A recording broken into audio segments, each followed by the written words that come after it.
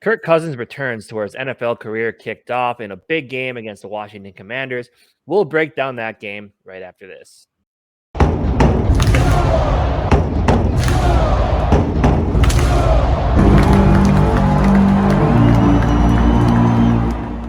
In what could be seen as a potential trap game for your Minnesota Vikings, they'll travel to the capital, to Washington, to take on the Commanders, led by Taylor Heineke. The trap game thing, I feel like, is a real thing that happens to teams. And this game is basically completely falls right into that category.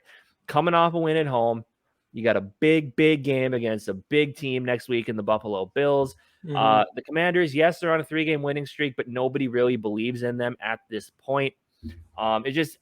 Kirk Cousins going back to where his career started. It's all just it's a combination of things that just really leads some fans to believe like this might be a game that we drop. One of those games you've seen a lot this year where teams shouldn't lose, but they do.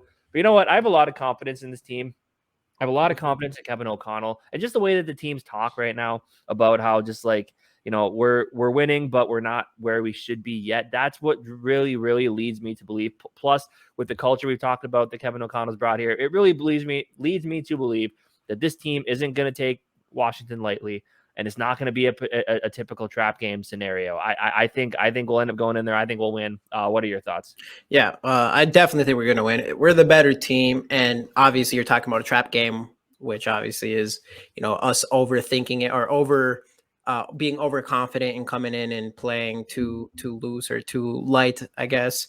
Yeah, I agree with you. I don't think it's going to be like that for us because I just think we've been too close in pretty much every single game this year. So I can't imagine like how I think we're a confident team, and I think we know we're good. I think part of it is because we know that we're better than, even though we're 6-1, I feel like we know that we're better than how we've played in pretty much all of our games, even though we've won them anyways. So I do think there's a lot of confidence in our locker room, but I don't think anybody in there is like, hey, we're just destroying teams. Like we are this team. Like we've proved to be this team or whatever.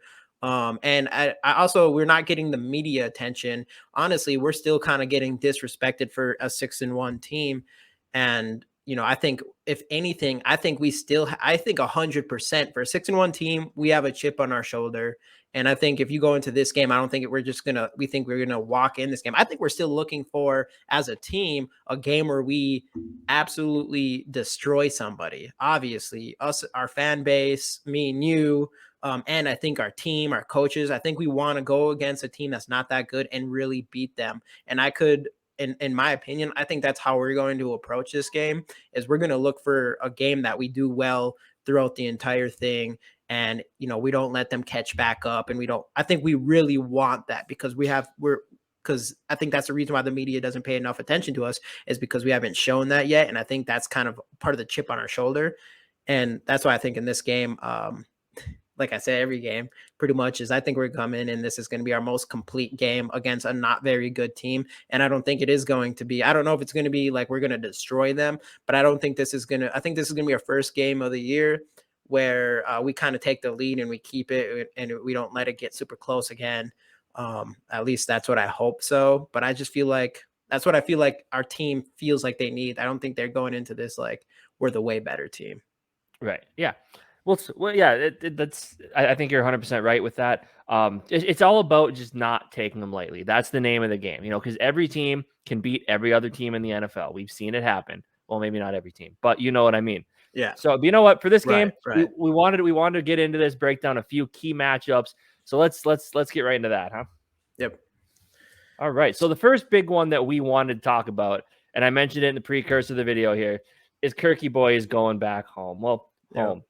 Well, obviously, Kirk was drafted in 2012 by the Washington Commanders. Obviously, they were a different name at the time. We won't get into that. But obviously, he was drafted the same year as Robert Griffin III. Ended up a couple years later taking over that starting spot. Really, it was a roller coaster for him there. This, kind of what people thought he was when he came here. The numbers always looked good, but his teams just weren't that great. I know they won the division once. I believe that was back in 2015. But obviously, they gave him a bunch of franchise tags. Obviously, all this stuff is well noted with Kirk Cousins.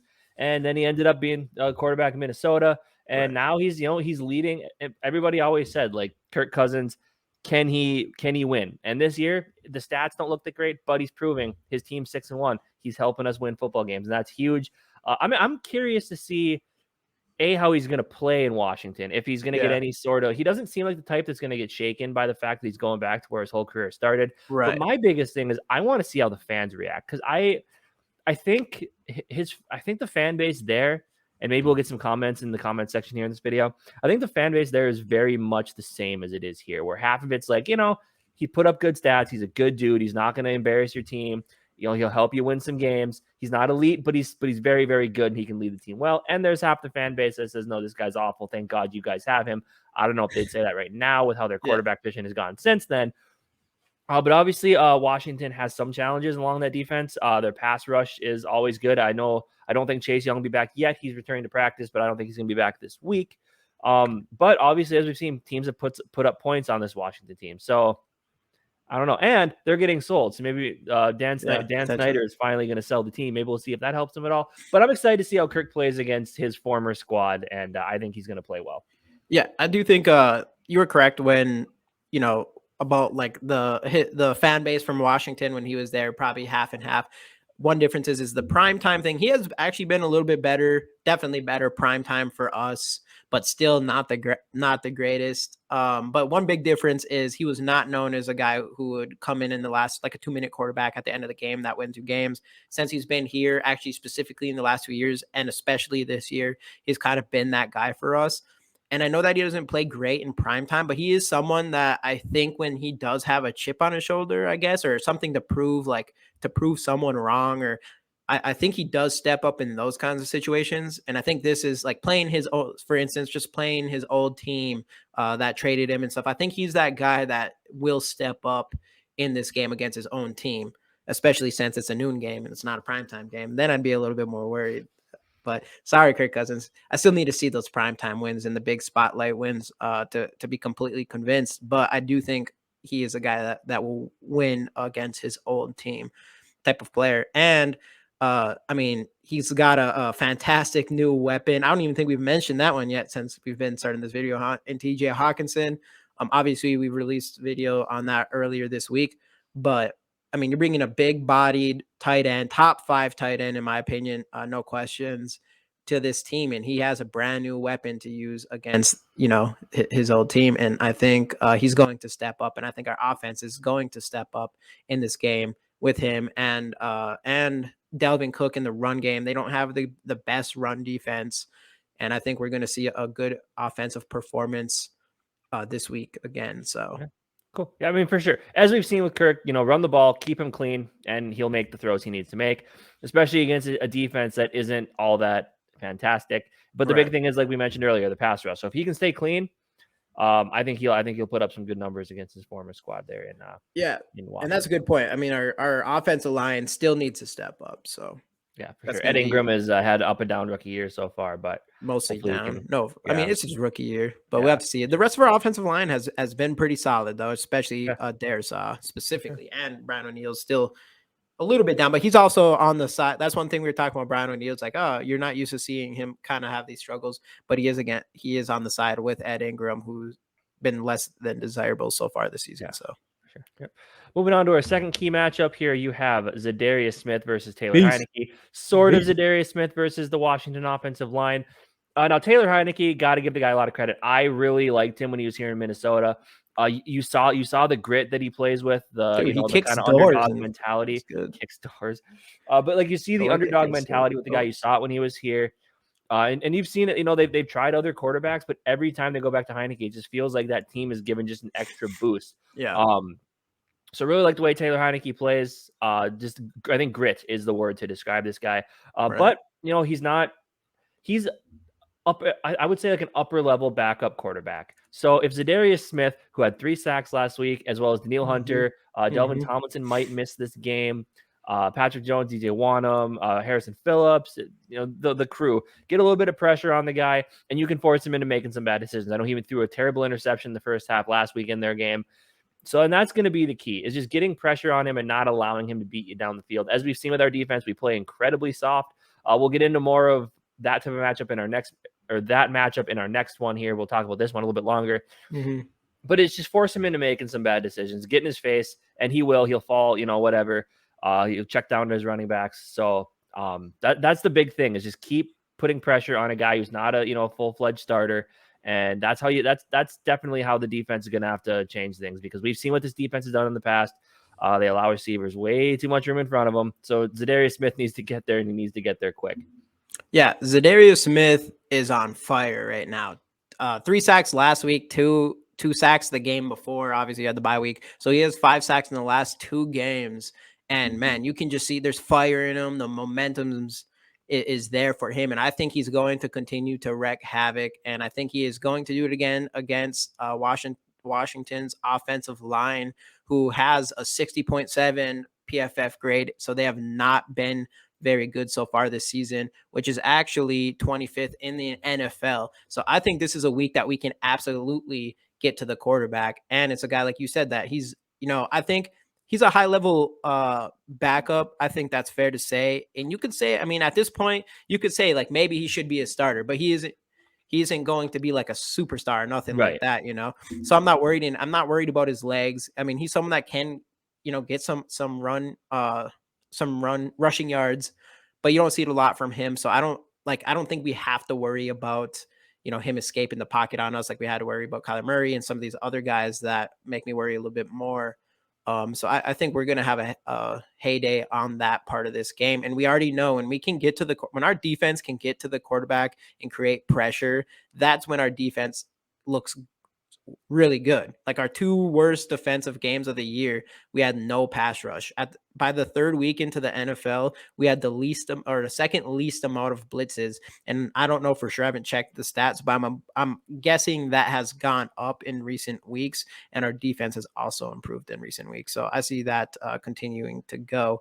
But there is still a lot of talent on that offense for Washington, specifically their wide receivers, which brings us to Cam Dantzler and Patrick Peterson versus Curtis Samuel and, of course, Scary Terry McLaurin.